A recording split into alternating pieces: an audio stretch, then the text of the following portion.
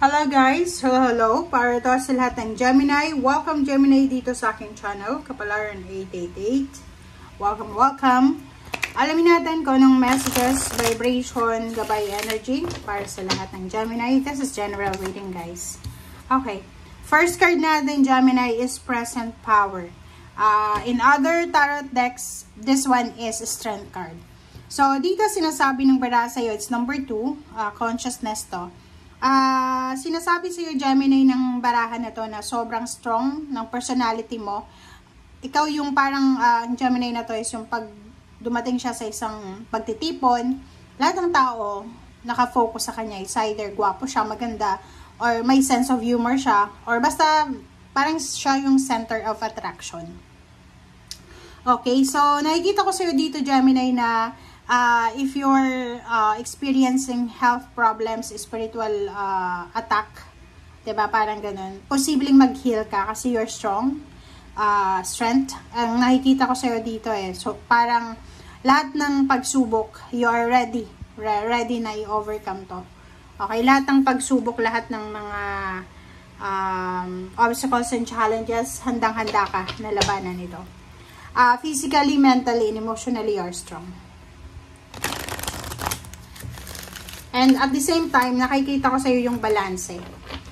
Kaya mong i-balance, Gemini, ang mga bagay-bagay sa buhay mo. Yan yung present power mo sa ngayon.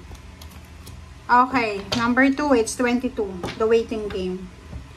Okay, so dito ay, dito sa barahang to, ito ay para dun sa Gemini na, like for example, naghihintay na mabuntis, buntis ka, or naghihintay ka ng kung kailan ka manganganak, naghihintay ka ng promotion, salary increase, or naghihintay ka ng pagkakataon like visa, residence permit, citizenship, or message from the company or from employer na ina-applyan mo. So, nasa waiting game ka. So, yung present power mo sa ngayon is strength.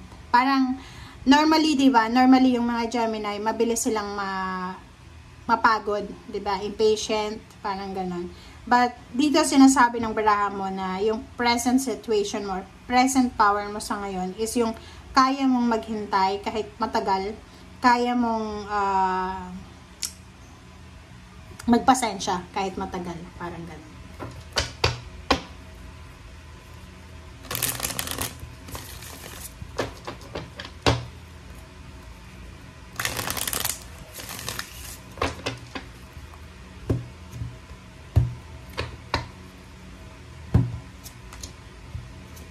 Okay. First two cards natin, Gemini. Babae ka bang Gemini or lalaki? Kasi kung babae kang Gemini, meron dito na love offer. Babae ka, single, parang ganun, or even married. Pwedeng meron sa inyo ditong magkakagusto sa inyo, Gemini. Sobra-sobrang pagmamahal to, sobra-sobrang obsession sa'yo. Posibleng may engagement or pwedeng may offer ng kasal, may offer ng bahay, lupa, sasakyan, parang gano'n, o-offeran ka niya para magpakasal sa kanya.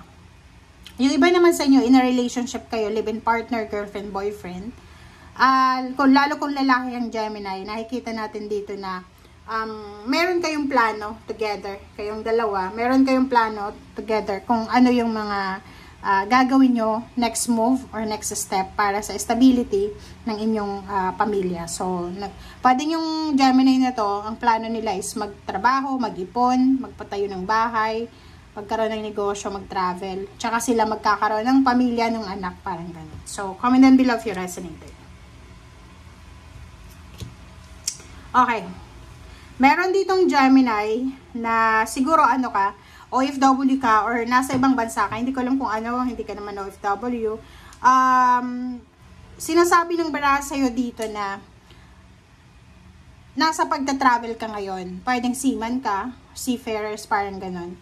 And nakikita mo ang sarili mo na pagod ka na sa obligations mo. Yung parang, ang Gemini na to is tumanda na siya sa paglalayag. Diba? Yung parang pagtatrabaho. Sabihin natin na pagta-travel, like, pabalik-balik siya sa ibang bansa. Pag nasa ibang bansa siya, trabaho siya ng trabaho. Ang dami niyang motivation. And then, pag uwi ng Pilipinas, lahat ng kinita niya, ubos yun. Parang ganon. And ngayon, nakikita ko yung, nakikita ko yung energy mo ngayon. Yung energy ng Gemini na to is, tapusin niya lahat ng obligations niya. And then, magsisimula siya ng bagong buhay niya. Parang ganon. So, maybe ikaw ay Gemini na tinataguyod mo yung pamilya mo. Diba? Breadwinner ka siguro. Kahit may asawa ka na, yung parents mo, umaasa pa rin sa'yo. Kasi ikaw lang siguro yung source of income nila. So, nakikita ko sa'yo dito na you're super hardworking Gemini. And, yung mga pinapasan mo sa ngayon, siguro nagre-reklamo ka na, pero wala kang choice, diba? Walang choice, kundi gawin yun. So, just keep on going, keep on going. Keep going lang, okay? Diba? Tingnan mo to.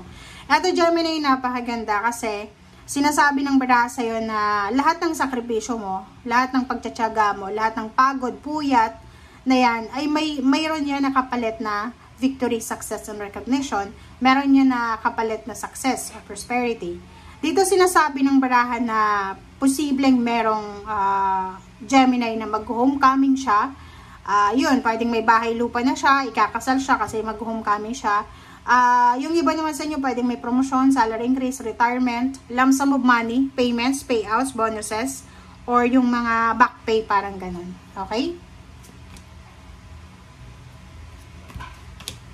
Okay, so etong Gemini naman na to, dito sa dalawang baraha, sinasabi ng baraha sa'yo dito na ikaw ay, kumbaga, nakafocus ka sa pag-iipon ng pera.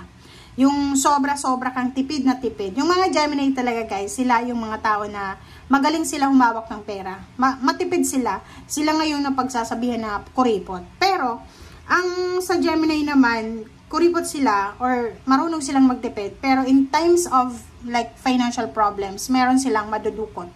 Okay?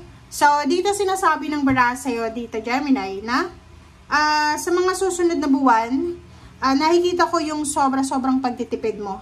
Nakikita ko sa'yo dito yung kahit na gusto mong kumain, gusto mong mag-travel, gusto mong bumili ng mga personal things mo, ay hindi mo gagawin kasi kailangan mo magtipid, kailangan mo mag-save ng money. So, comment down below if you resonated. Lalo na kung may mga Gemini dito na nasa ibang bansa, OFW ka, na nahihirapan ka sa pagbabudget kasi yung budget mo sa araw-araw plus yung pinapadala mo sa Pilipinas, parang napapagod ka na. Ito yung situation mo, 10 of Wands. Yung parang, ang bigat-bigat na. Wala ka sigurong katuwang, or pwede ikaw lang yung breadwinner, ikaw lang yung OFW sa pamilya. So, nakikita ko sa'yo dito na medyo hirap ka. But, ang maganda dyan, sinasabi ng baraha sa'yo na lahat ng sakripisyo, lahat ng mga pagsisikap mo, pagod, ay lahat yan ibibigay sa'yo ng universe na may return din yan, positive return. Okay? So, thank you guys for watching.